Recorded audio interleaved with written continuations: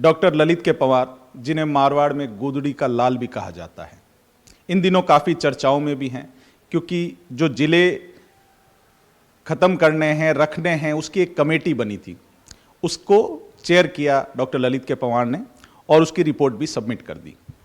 स्वागत है सर सच बेधड़क में आपका। जी नमस्कार। तो सच बेधड़क को मेरी तरफ से शुभकामनाएं, और मैं नियमित इनका पाठक भी रहा हूं आपके अखबार का, और चैनल भी देखता रहा हूं। शुक्रिया सर। सर, 3 प्रधानमंत्री और 3 मुख्यमंत्रियों के साथ आपको कार्य करने का अनुभव है। सबसे पहले हम उसी में चलेंगे कि 3 प्रधानमंत्रियों के साथ आपका क्या क्या अनुभव रहा, वो हमारे दर्शकों को बताएं। जी जी, ये मेरा सौभाग्य रहा है कि मुझे 3 टॉप प्राइम मिनिस्टर्स के साथ काम करने का सौभाग्य मिला। तो सबसे पहले तो एज ए कलेक्टर जैसलमेर, जब मैं 85 से 88 तक वहाँ कलेक्टर था, तो स्वर्गीय श्री राजीव गांधी जी प्रधानमंत्री के रूप में वहाँ पधारे थे, और मैडम सोनिया जी भी साथ में थी, और 24 घंटे वो जैसलमेर ज़िले में रहे थे। 8 स्थानों पे गए थे, और उस वक्त अकाल पड़ा हुआ था भयंकर, तो अकाल के हिसाब से भी उनका दौरा था, और फिर नाइट होल्ड किया।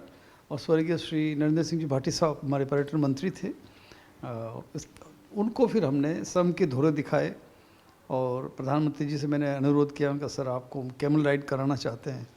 तो बहुत स्पोर्टिंगली उन्होंने कहा यस यस मिस्टर डीएम। तो उनको ऊँट पे बैठाए, फिर मिसेस सोनिया गांधी जी पीछे बैठी, और वो जो फ़ोटो था वो इतना ज़बरदस्त पूरे वर्ल्ड में फैला। तो उसके बाद में फिर जैसलमेर में और पर्यटकों की जो संख्या आने वाली थी वो कई गुना बढ़ गई। और एक बार प्रधानमंत्री जी राजीव गांधी जी की खासियत ये थी कि वो सीधे संवाद में यकीन करते थे। पीएम, सीएम एंड डीएम, इस तरह का एक नेटवर्क वो करते थे। तो उन्होंने हिंदुस्तान के सारे कलेक्टर्स को national institute of rural development Hyderabad में 1 to 1, तो हिंदुस्तान में करीब 600 कलेक्टर्स हैं, उस वक्त शायद 450 रहे होंगे। तो 450 कलेक्टर के उन्होंने हर एक कलेक्टर को 15-15 मिनट दे के करीब 6 दिन तक वहीं रहे, और सभी कलेक्टर से 1 to 1 मिले, और उनसे फीडबैक लिया कि प्रशासन में, विकास में, साक्षरता में, स्वास्थ्य में क्या क्या होना चाहिए। और बहुत ही तो उनसे मैंने एक दिन फिर पूछा, क्योंकि जब साथ काम करते हैं तो थोड़ा, तो मैंने माननीय स्वर्गीय श्री राजीव गांधी जी प्रधानमंत्री साहब से पूछा, मैंने कहा सर आपका इतना भागदौड़ का शेड्यूल रहता है, और फिर भी आप हमेशा एकदम चेयरफुल, फ्रेश, और कभी थके हुए नहीं लगते, तो इसका सीक्रेट क्या है? तो अच्छा नेचर था उनका, इसीलिए हमारी भी पूछने की हिम्मत हुई। तो उन्होंने कहा कलेक्टर साहब ये तो मेरा, वैसे तो मेरा सीक्रेट है, मगर अब आपने पूछा, यंग कलेक्टर्स को मैं बहुत प्रमोट करता हूँ, पसंद करता हूँ। तो मेरा सीक्रेट ये है, जो आपके माध्यम से मैं आज पूरे राजस्थान को, देश को भी बताना चाहता हूँ, कि यूथफुल एनर्जी और उनका था कि apart from other things, discipline way में ये सब, वो हमेशा हर 2-4 घंटे में वॉशरूम जाके अपने मुंह पे कुछ छींटे मार लेते थे, पानी के छींटे मार के थोड़ा सा। तो जितना भी मेंटल फैटीग होता था उस करके, man he will come out. Personality तो शानदार थी ही, तो हर 2-3 घंटे में अगर आप, और ये एक टोटका में ऐसा भी, जो ऑफिसर्स फील्ड में काम कर रहे हैं, जो हमारे जनप्रतिनिधि भी काम कर रहे हैं, जब उनको टेंशन हो, कुछ ऐसा लगे, तो ये हमारे स्वर्गीय राजीव गांधी जी का फार्मूला जो है ये सुपरहिट है। मैं तब से काम में ले रहा हूँ, जब कभी कुछ टेंशन हो तो 1 मिनट के लिए आप वॉशरूम जाएं और पानी से उसको कर लें, and you will feel elated. Scientifically भी ये सही है। तो ये मेरी मधुर यादें उनके साथ है। राजीव गांधी जी के साथ ये एक सीक्रेट फॉर्मूला आज हमारे दर्शकों को भी बताया और यंग ऑफिसर्स को भी आपने बताया। मनमोहन सिंह जी के साथ भी आपने काम किया, उनके साथ काम करने में और उनकी क्या विशेषता आपको दिखी? मनमोहन सिंह जी भारत के ही नहीं, पूरे विश्व के टॉप अर्थशास्त्री में उनका नाम है, बहुत विद्वान। तो उनकी मीटिंग्स में हम जब कभी भी जाते थे, मैं जब 2 पदों पे था, मैंने उनके साथ काम किया। शुरू में as chairman and managing director of ITDC, India tourism development corporation. फिर उन्होंने ही मुझे प्रमोट करके सेक्रेटरी माइनॉरिटी डेवलपमेंट मिनिस्ट्री का मुझे बनाया था, और उनकी मैंने कई मीटिंग्स अटेंड की है। और उनका मीटिंग के दौरान जो ऑब्जर्वेशंस होते थे वो बहुत सारगर्भित, बहुत साउंड एकेडमिकली और संक्षिप्त और टू द पॉइंट होते थे। वर्तमान प्रधानमंत्री नरेंद्र मोदी के साथ भी आपको कार्य करने का एक अच्छा अवसर मिला, अनुभव मिला। इनको कैसे देखते हैं प्रधानमंत्री नरेंद्र मोदी को? ये मेरा सौभाग्य रहा है कि जब मैं सचिव था माइनॉरिटीज़ मिनिस्ट्री में, तब मुझे 1-to-1 पावर पॉइंट प्रेजेंटेशन करने का मौका मिला, जिसमें सारे सचिवों को कहा गया कि माननीय प्रधानमंत्री महोदय श्री मोदी जी, आपका प्रेजेंटेशन देखेंगे कि आपने पिछले 6 महीनों में 8 महीनों में एज ए सचिव ऑफ मिनिस्ट्री क्या किया है। तो अल्पसंख्यक मंत्रालय के सचिव के रूप में मैंने वो प्रेजेंटेशन दिया प्रधानमंत्री जी के घर पे। तो एक बात मैंने नोट की कि मेरे से पहले 3 प्रेजेंटेशन और हो चुके थे, मेरा चौथा नंबर था। शाम की बात है, ये करीब 6:40 एग्जैक्टली 28 अक्टूबर 2014 की बात है ये। तो इतना अटेंटिवली वो प्रेजेंटेशन को सुनते थे, इतने सटीक उनके ऑब्जर्वेशन थे कि हमको बहुत होमवर्क करके जाना होता था। और उनके जो प्रश्न थे उसके लिए भी अगर आपने होमवर्क नहीं किया है तो आप को झेल नहीं सकते थे। तो हमने देखा अच्छा एनालिसिस, ग्रास रूट की पकड़ और अटेंटिव कंप्लीटली सुन के। तो मेरे प्रेजेंटेशन देखने के बाद भी उन्होंने मुझसे 3-4 अच्छे प्रश्न किए, और चूंकि मैं अपनी होमवर्क करके गया था तो जवाब देख के और फिर उन्होंने अच्छे सुझाव भी दिए। और चांस की बात है कि उस वक्त जो मैंने नई योजनाएं अल्पसंख्यक कल्याण के लिए शुरू की, वो 14 योजनाएं आज भी कामयाबी से भारत सरकार लागू कर रही है अल्पसंख्यक कल्याण के लिए। और मुझे इस बात का फ़ख्र है कि मैंने उन योजनाओं का मैं ऑथर रहा हूँ। पहला तो जियो पारसी, जब हमारा देश आज़ाद हुआ तो देश हमारे पूरे भारत में 1,58,000 पारसी थे, अब रह गए सिर्फ 55-56 हज़ार। अगर यही स्पीड रही तो पारसी नाम का कोई व्यक्ति हिंदुस्तान में 150 साल के अंदर अंदर ख़त्म हो जाए, ये रेस ख़त्म हो जाएगी। तो चूँकि अल्पसंख्यक मंत्रालय में 6 धर्म आते हैं जिसमें पारसी भी शामिल है, तो फिर हमने एक स्कीम लॉन्च की और उसका उद्घाटन भी करवाया था। उसका नाम रखा आपने जियो पारसी।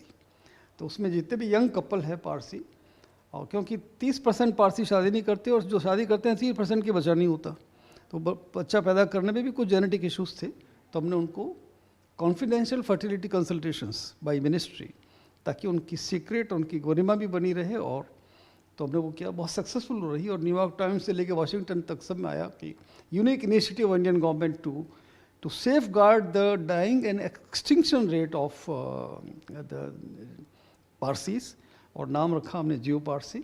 उसके बाद फिर मैंने बताया से एक स्कीम हमने लॉन्च की उस्ताद। तो मैं माननीय प्रधानमंत्री जी मोदी जी को इस तरह के क्रिएटिव आइडियाज़ बहुत पसंद आते हैं। तो उन्होंने मेरे से पूछा उस्ताद का फुल फॉर्म क्या है। मैंने बताया था upgradation of skills of traditional arts and crafts, USTAD। ये उनको बहुत अपील किया।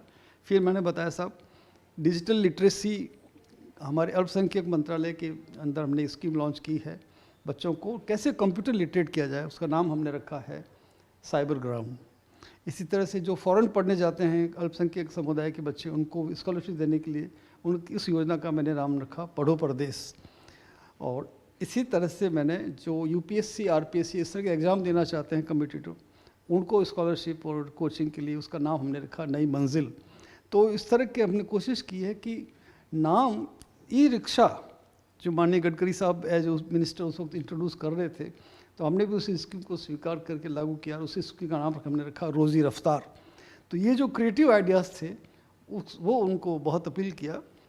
अब देखिए ये मेरी मीटिंग ख़त्म होती है 6:30 बजे शुरू हुई थी, 7:30-8 बजे, रात तो 11:30 बजे। ये PK मिश्रा साहब जो वर्तमान में भी प्रधानमंत्री जी के प्रमुख सचिव है, उन्होंने मुझे फ़ोन किया कि ललित आपका प्रेजेंटेशन बहुत अच्छा लगा और it was one of the best. और वो अब जैसे ही पता चला माननीय प्रधानमंत्री जी को कि आप PhD टूरिज़्म में हैं, तो आपका पोस्टिंग अब चेंज कर दिया, कल से आप सेक्रेटरी टूरिज़्म हैं। तो फंडामेंटली ये मैं जो आपके माध्यम से दर्शकों से और भारत के ये जो युवा लोग जो IAS IPS बनना चाहते हैं उनसे शेयर करना चाहता हूँ, अगर आप होमवर्क करके जाओ और सब्जेक्ट की पकड़ लेके जाओ, तो चाहे माननीय राजीव गांधी जी हो, माननीय मनमोहन सिंह जी हो, माननीय मोदी जी हो, और सब्जेक्ट एक्सपर्ट हमारे जितने भी जो जन नेता और जो एक्सपर्ट सीनियर्स हैं, वो पसंद करते हैं कि आप कितनी हार्ड वर्क करके, कितनी मेहनत करके। अभी भी आप मेरे पास आए तो मैं कल के लेक्चर की तैयारी कर रहा था।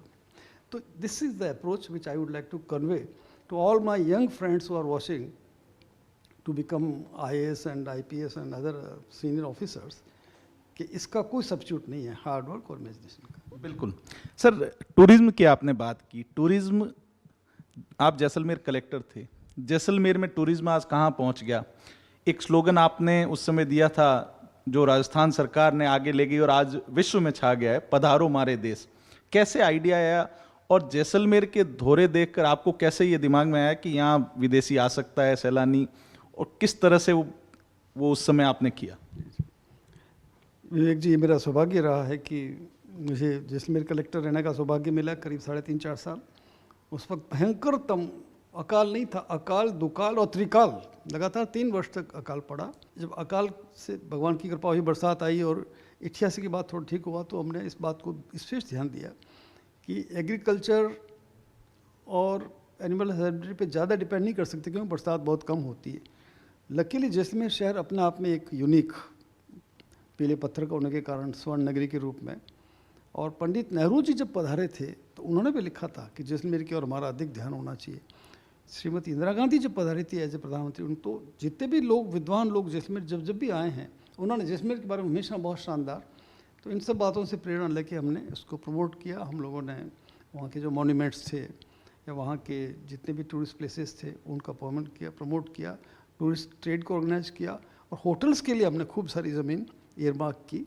तो आज देखिए सारे आज जैसलमेर में करीब 350 होटल्स हैं और सारी टॉप ब्रांड्स हैं, और आज जैसलमेर में कोई भी बेरोज़गार नहीं है, बल्कि जैसलमेर की वजह से राजस्थान के कई लोग वहाँ सैकड़ों की संख्या में काम करते हैं। पूरा पधारो मारे देश का आइडिया कैसे आया? वो मैं 91 में जब डायरेक्टर टूरिज़्म था, तो उस वक्त राजस्थान टूरिज़्म का कोई ख़ास लोगो या कोई पहचान नहीं थी। हालांकि राजस्थान टूरिज़्म एज पॉपुलर तो हो रहा था, तो हमने कहा हर भारत सरकार का भी जैसे अतिथि देवो भव एक टैगलाइन है, तो इसी से इंस्पायर होके जब मैंने कहा राजस्थान का है तो वो राजस्थान की संस्कृति, राजस्थान की विरासत को वो जाहिर करे, इस तरह का लोगो होना चाहिए। तो हमने डिस्कस कर कि फिर जो अपनी बांड राग है, ठेठ देसी राग, तो उसमें जो एक पहली लाइन है, केसरिया बालम आओ नहीं पधारो मारे देश।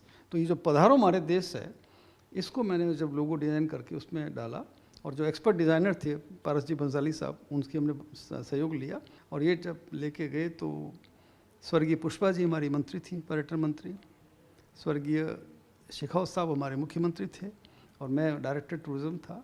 तो मैं जब ये लेके गया तो उन्होंने पहले समझा, मेरी बात समझी, और जब मैंने एक्सप्लेन किया तो तुरंत उन्होंने उसकी मंजूरी दे दी, और हमने फिर उसको प्रोफेशनली लॉन्च किया। और फिर ये मैंने उनको पॉइंट बताया कि साहब ये पधारो मारे देश नहीं है, देश स है, सड़क वाला स है। पधारो मारे देश का मतलब वेलकम टू माई लैंड, और जैसे हम भारत के बाहर इसको यूज़ करेंगे तो पधारो मारे देश, वेलकम टू माई कंट्री। तो ये बात स्वर्गीय शेखावत साहब को और भी पसंद आई, और उन्होंने अप्रूव किया, और उसके बाद ये जन जन की ज़बान पे चढ़ गया। और मुझे इस बात का फ़क्र है कि पर्यटन को हम जन उद्योग बना सके, पर्यटन का ऐसा लोगो दिया जो जन जन को प्रिय हुआ, और आज राजस्थान की पूरे विश्व में धाक है पर्यटन में, और उसमें 1-8% थोड़ा बहुत मैं भी कंट्रीब्यूट कर पाया। बिल्कुल सर। अब आते हैं वापस राजस्थान में। सर, राजस्थान में 3 मुख्यमंत्री, तीनों के साथ आपको कार्य करने का अनुभव, जिसमें शुरुआत करते हैं मुख्यमंत्री अशोक गहलोत जब आप सीएमओ में थे, उनकी क्या विशेषता आपने देखी, जो उनके कामकाज का तरीका कहें, और जो आपके साथ कोई एक आध अनुभव, एक किस्सा? जी, ये मेरा सौभाग्य था क्योंकि माननीय गहलोत साहब जब मेंबर ऑफ पार्लियामेंट थे जोधपुर से, तब मैं कमिश्नर जोधपुर था, और उससे पहले भी जब मैं कलेक्टर जैसलमेर था तो एज ए यंग एमपी माननीय गहलोत साहब जैसलमेर पधारे थे। तो मेरी पहली मुलाकात गहलोत साहब से 85 में एज कलेक्टर जैसलमेर हुई थी।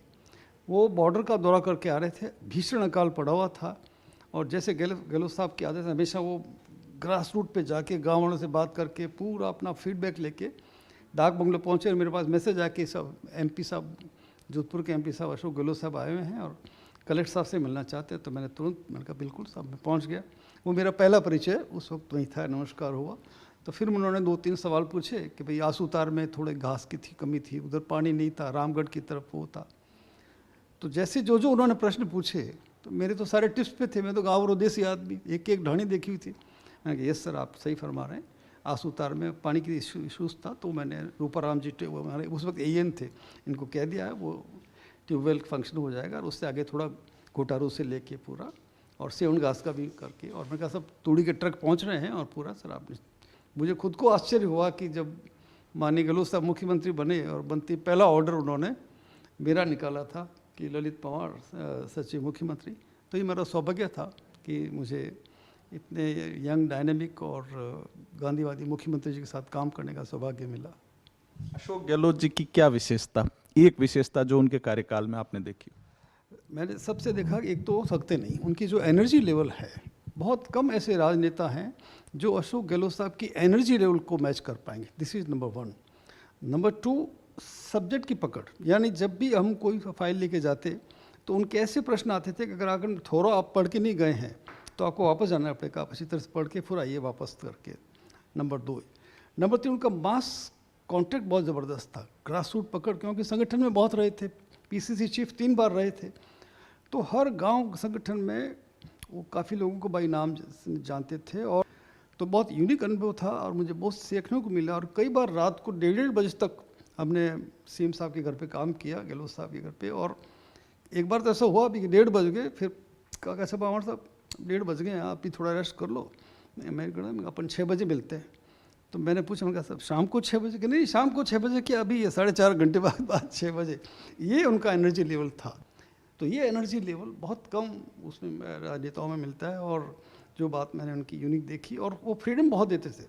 आप अपनी बात, मैं जब प्रेजेंटेशन या कुछ देता था तो मैं कहता साहब संक्षिप्त में मैं बता दूँ, उन्होंने संक्षिप्त में आप विस्तार से बताइए ताकि पूरे कैबिनेट को उनको निर्णय लेने में बहुत आसानी रहे। और इसीलिए मैं उनको एक तरह से कह सकता हूँ कि अगर आपने गहलोत साहब के साथ काम कर लिया तो आप ज़िंदगी में फिर कहीं रुक नहीं सकते, क्योंकि उनके जो बेंचमार्क्स है बहुत हाई हैं। खुद वो इतनी मेहनत करते हैं कि जब आपका बॉस मुख्यमंत्री अगर 18 घंटे मेहनत कर रहा है तो 36 घंटे तो मेहनत आप कर नहीं सकते, 24 घंटे ही होते हैं, तो कम से कम 18 नहीं तो 19 घंटे तो आपको करना ही पड़ेगा। तो ये उनकी खासियत थी। बिल्कुल, ये जो उनके बारे में आपने बताया, ये काफ़ी लोगों को नहीं पता है कि अशोक गहलोत इतने मेहनती और इतना टाइम देते हैं। अब आते हैं सर, वसुंधरा राजे जी के साथ भी आपने काम किया, उनकी क्या विशेषता और एक आध कोई किस्सा?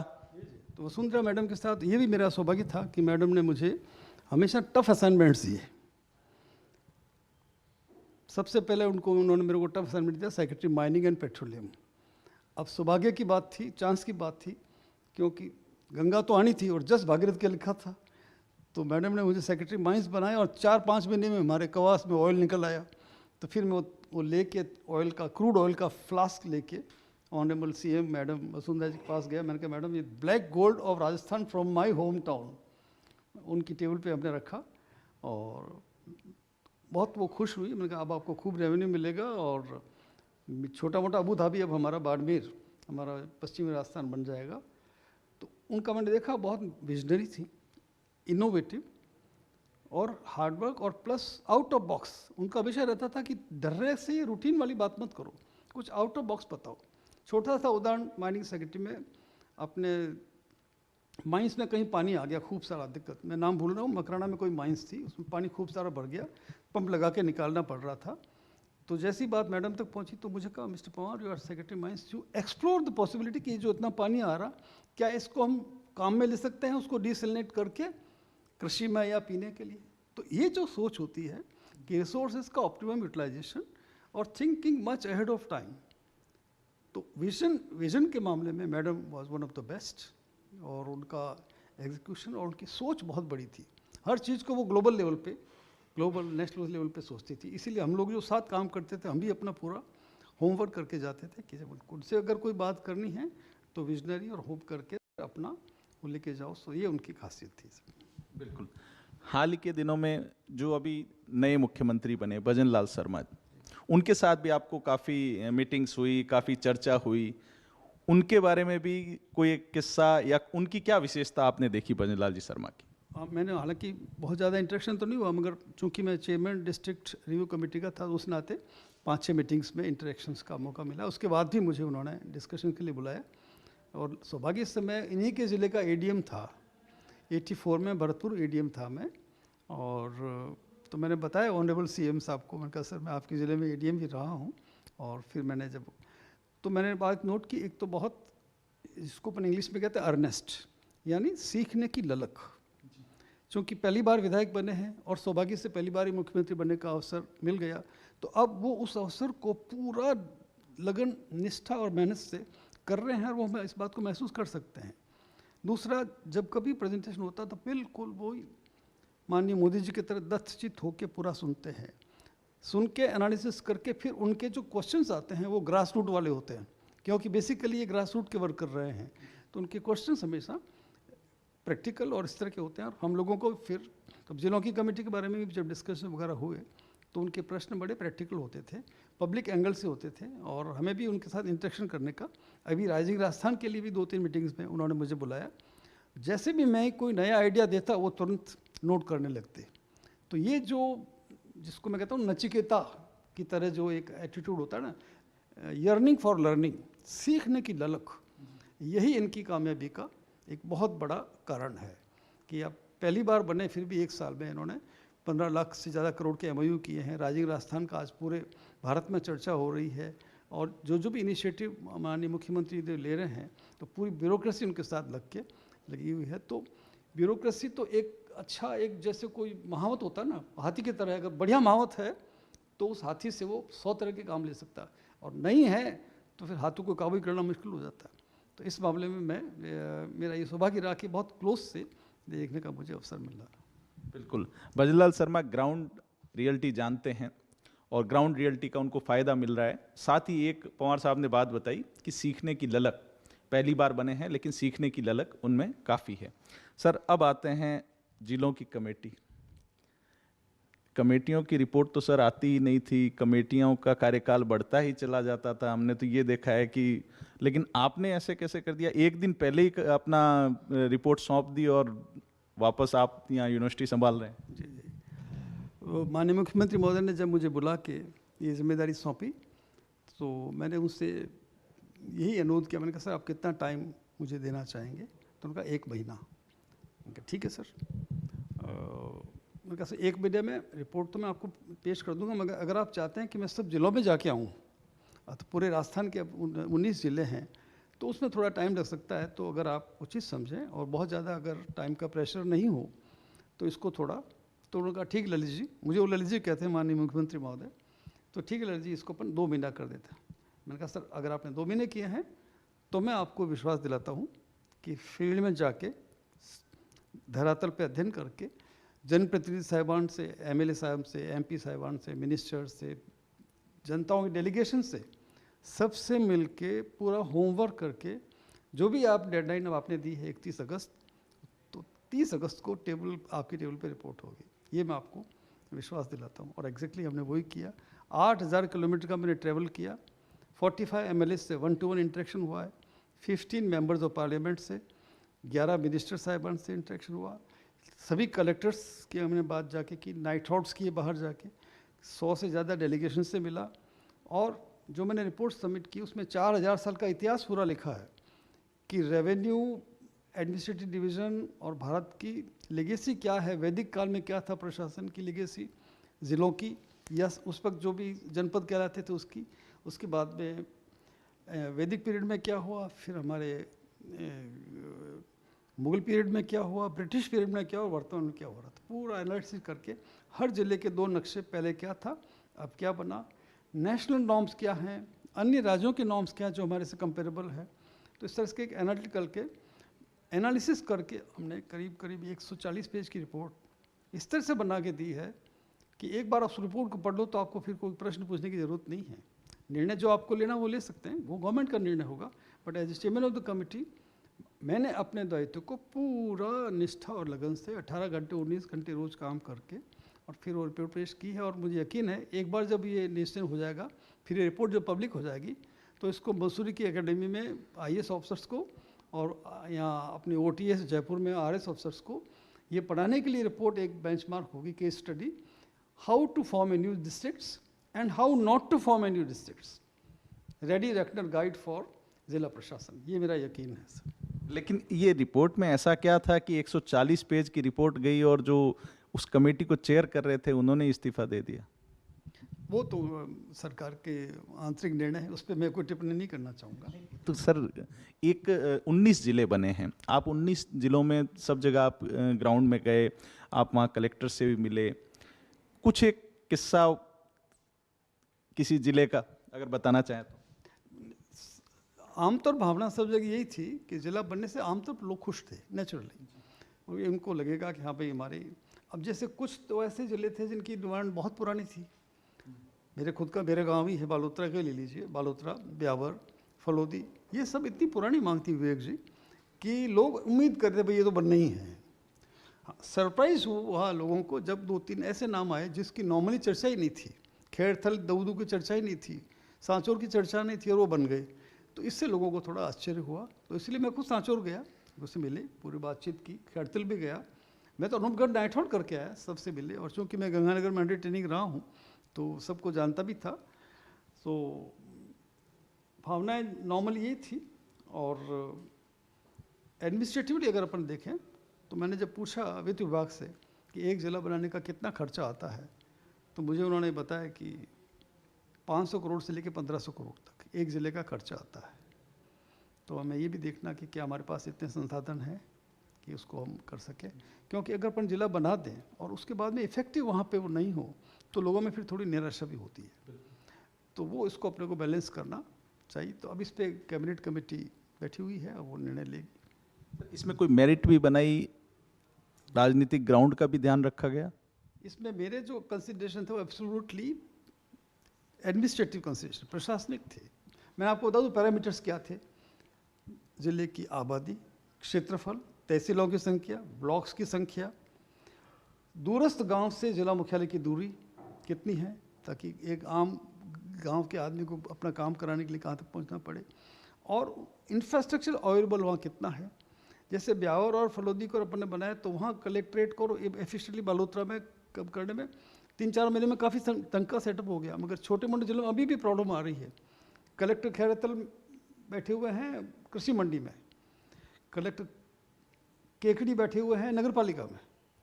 तो ये स्थितियाँ भी आ रही है, अब धीरे धीरे वो डेवलप होगी। तो इसके अपने इश्यूज़ भी हैं, और फाइनल कॉल जो है वो तो सरकार लेगी, जो भी उनका निर्णय लेना। एडमिनिस्ट्रेटिवली मैंने अपना पूरा होमवर्क करके, जैसे वो पैथोलॉजिकल रिपोर्ट होती है कि हमने blood sugar, urea, BP, ICG करके दे दिए, अब उनको गवर्नमेंट को निर्णय लेना है। और जो क्वेरीज जो भी उनकी आई, क्वेरी का जवाब हमारी सारे टिस्ट पे, कोई दिक्कत नहीं। और मैंने पूरी स्टडी की। राम भाई साहब की रिपोर्ट 250 पेज की है, पूरी पढ़ी। परमेश चंद्र जी की रिपोर्ट करीब करीब 100 पेज की, वो पूरा, तो जितने भी इस बार सब्जेक्ट में थी वो पूरा पढ़ के बताया, होमवर्क करके। एक और आखिरी सवाल सर, वो अगर नहीं पूछेंगे तो आपका पूरा कार्यकाल नहीं होगा। आरपीएससी के आप चेयरमैन रहे, आज के जो हालात हैं, आरपीएससी को भंग करने तक की मांग की जा रही है, एक भरोसा खत्म सा हो गया है, युवाओं का ऐसा कहना है। आज के हालात में आप कैसे देखते हैं, क्या किया जाना चाहिए? वास्तव में मुझे इस बात का बहुत दुख है कि हमारी आरपीएससी, जो मैं बहुत ज़्यादा बड़ी बात तो नहीं कहूँगा, मगर मैं ये कॉन्फिडेंस से कह सकता हूँ कि मैं 2 साल वहाँ चेयरमैन रहा हूँ। 110 एग्ज़ाम मैंने कराए, 100 एग्ज़ाम ऑनलाइन थे, एक पेपर लीक नहीं हुआ, 45,000 सिलेक्शंस हुए, और 11 दिन में आरएस का रिजल्ट आया था प्रीलिम्स का, जो एक नेशनल रिकॉर्ड है। और हमने जो डिजिटल रिफॉर्म्स किए हैं आरपीएससी में, तो चेयरमैन यूपीएससी दिव्य गुप्ता साहब अपने मेंबर्स के साथ, 2 मेंबर्स के साथ खुद देखने आए, और उनका राजस्थान के मॉडल को लागू किया जाए। तो मैंने जब चार्ज लिया, उससे पहले क्या हालात थे आप जानते हो। अब जो हालात है, देखिए मुझे भी बहुत इस बात का दुख होती है। तो मुझे माननीय मुख्यमंत्री महोदय ने पूछा था इस बारे में कि आरपीएससी के लिए और इम्प्रूवमेंट के लिए क्या कर सकते हैं।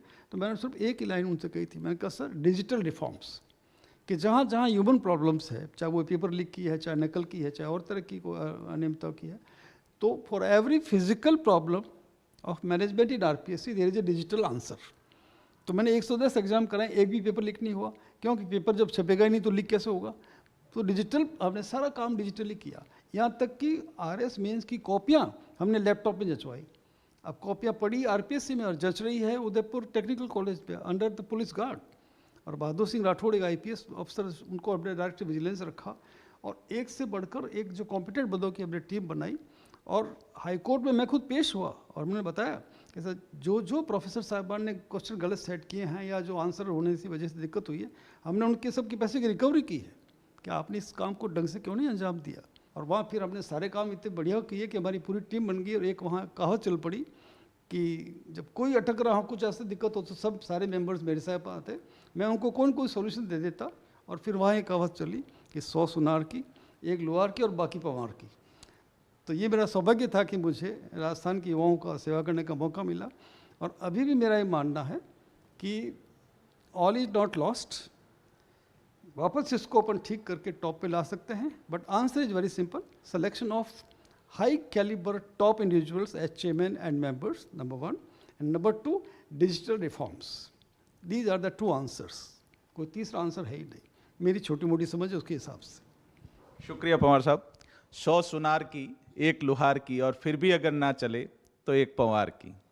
ये थे डॉक्टर ललित के पंवार, जिनसे हमने आज खास बातचीत की और प्रधानमंत्री से लेके मुख्यमंत्री से लेके जो आरपीएससी का इनका कार्यकाल है उसके बारे में जाना। सहयोगी हेमंत के साथ मैं विवेक श्रीवास्तव, सच बेदरक के लिए, जयपुर से।